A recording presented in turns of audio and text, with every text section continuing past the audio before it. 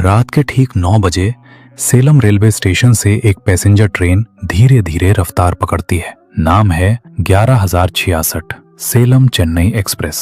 आम यात्रियों के लिए ये एक रोज की रात जैसी ही थी, लेकिन इस ट्रेन के 2 सीलबंद कोचों में कुछ ऐसा रखा था जिसकी कीमत पूरे शहरों को हिला सकती थी। 342 करोड़ नकद, 224 लकड़ी के बंद बक्सों में नोट, बैंक की सील लगी हुई और ठीक बगल के कोच में हथियारों से लैस पुलिस पहरा दे रही थी। सब कुछ सुरक्षित लग रहा था, कम से कम नीचे से देखने पर। ट्रेन अंधेरी रात में आगे बढ़ती रही, पहिए पटरियों पर दौड़ते रहे और उसी दौरान किसी ने ऐसा काम किया जो आज भी पुलिस फाइलों में नामुमकिन लिखा जाता है। जब ट्रेन चल रही थी, जब नीचे पुलिस थी, जब दरवाजे सील थे, तब ट्रेन की छत काटी गई। कोई ऊपर चढ़ा, किसी ने वेल्डिंग की और किसी तरह कोच के अंदर उतरकर बक्सों तक पहुंच गया। सवाल ये है, चलती ट्रेन में बिना किसी को भनक लगे ये सब कैसे हुआ? Part 1, setup and background. Bharat में रोज लाखों नोट लोगों के हाथों से गुजरते हैं, लेकिन हर नोट की एक उम्र होती है। समय के साथ कुछ नोट फट जाते हैं, गंदे हो जाते हैं,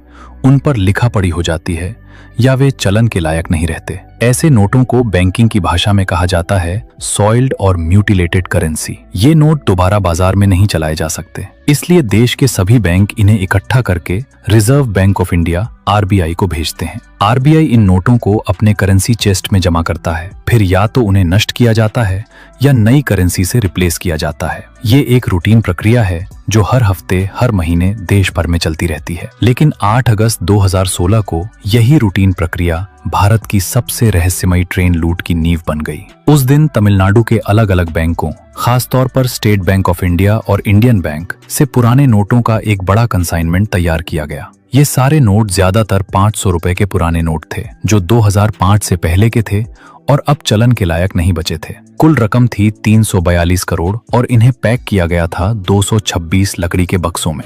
हर बॉक्स सील्ड था, गिना हुआ था और कागजों में पूरी एंट्री मौजूद थी। इस पूरे कैश को भेजने के लिए चुनी गई ट्रेन थी train number 11064 Salem Chennai express. ये एक नाइट पैसेंजर ट्रेन थी जो रोजाना सेलम से रात के वक्त चलकर सुबह चेन्नई एगमोर पहुंचती थी। 8 अगस्त की रात भी ट्रेन अपने तय समय पर सेलम स्टेशन से रवाना हुई। आम यात्रियों के लिए ये एक सामान्य यात्रा थी। लोग अपने अपने को नाम, जिसे सुनते ही पुराने अफसर चुप हो जाते थे, मोहर सिंह। जांच में सामने आया कि ये सिर्फ कोई लोकल हैंडलर नहीं, बल्कि चंबल वैली का कुख्यात डकैत था। जन्म करीब 1926 से 27, जिसके नाम पर 600 से ज्यादा केस और 400 से ज्यादा हाव के आरोप दर्ज रहे। फिर आया 13 अक्टूबर 2018, वो दिन जिसने कहानी पलट दी।